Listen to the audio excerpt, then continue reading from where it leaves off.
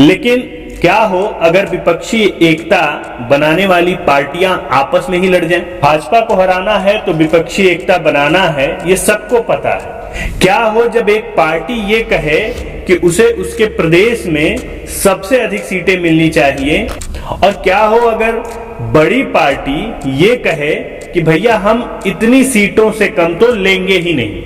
नमस्कार दोस्तों, स्वागत है आपका।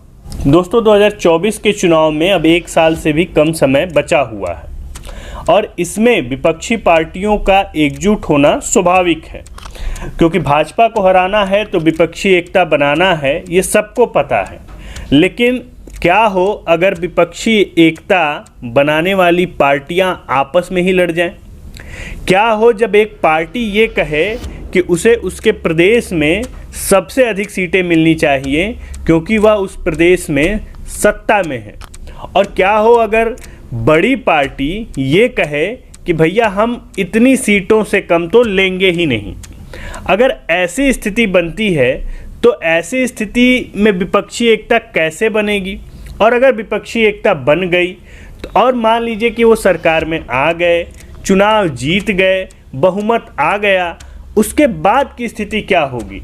जहां पर एक एक सीट के लिए लड़ाई हो रही है, क्या आपको लगता है कि सत्ता के बंटवारे में वहां लड़ाई नहीं होगी? और अगर ऐसी स्थिति बनती है तो देश में किस तरह की स्थिति बनेगी, यह आप लोगों से छिपा नहीं है। इतिहास में ऐसे कई उदाहरण हैं जहां हम जा करके यह समझ सकते हैं, यह देख सकते हैं, जान सकते हैं कि जब ऐसी स्थितियां बनी तो देश की स्थिति क्या रही। दोस्तों सबसे बड़ी बात तो ये है कि विपक्षी एकता को मजबूत करने के लिए जो कवायदें उठाई जा रही हैं, जिन लोगों द्वारा उठाई जा रही हैं, अगर उनकी स्थिति देखी जाए तो आपको साफ तौर पे ये समझ में आ जाएगा कि विपक्षी एकता सिर्फ बीजेपी को सत्ता से हटाने के लिए नहीं बनाई जा रही है, बल्कि इसलिए बनाई जा रही है कि अपने आप को राजनीति में जीवित रखा जा सके। अब आते हैं पार्टियों की हैसियत के अनुसार उनके ब्यौरे पे। पहले नंबर पे कांग्रेस है, जो अभी हिमाचल में सत्ता में है, कर्नाटक में उसने सत्ता पाई है, राजस्थान में वो सत्ता में है, और ऐसे ही एक आध और जगह पे अलायंस के साथ में सत्ता में है। दूसरे नंबर पे जो सबसे मजबूत पार्टी है वो है ममता बनर्जी की तृणमूल कांग्रेस, जो अभी पश्चिम बंगाल में फुल मेजॉरिटी के साथ चल रही है। तीसरे नंबर पे आते हैं हम तमिलनाडु की तरफ। साउथ में अभी भी बीजेपी स्ट्रांग नहीं है, और इस कारण हम यह मान के चलें कि साउथ में अगर साउथ की पार्टियां अपने क्षेत्र में चुनाव लड़ें लोकसभा का और उनको अगर कांग्रेस का समर्थन हो तो वो वहां जीतेंगी। लेकिन सवाल ये उठता है कि अगर यह पूरी गणित कर भी ली जाए और यह पूरी गणित सही भी साबित हो जाए, लेकिन इसके बाद अगर जो सत्ता में आएंगे और जो लोग मंत्री बनेंगे, प्रधानमंत्री बनेंगे और अन्य पदों पे जाएंगे, वहाँ पर कैसी स्थिति होगी?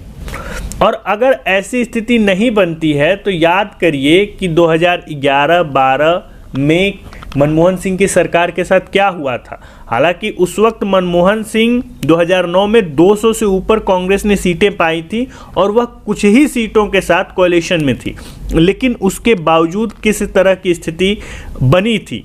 भ्रष्टाचार के तो आंकड़े छोड़ दीजिए, भ्रष्टाचार के तो बहुत सारे आंकड़े हैं। आप ये देखिए कि डिसीजन मेकिंग में किस तरह से वह सरकार देर कर रही थी। कितने सारे ऐसे प्रोजेक्ट थे जिस पे डिसीजन लेने थे लेकिन डिसीजन नहीं हो रहे थे, क्योंकि वहाँ पर दिक्कत ये थी कि हर डिसीजन पहले 10 जनपद जाता था, वहाँ पर सोनिया गांधी से उसका अप्रूवल होता था, उसके बाद प्रधानमंत्री उस पर डिसीजन लेते थे।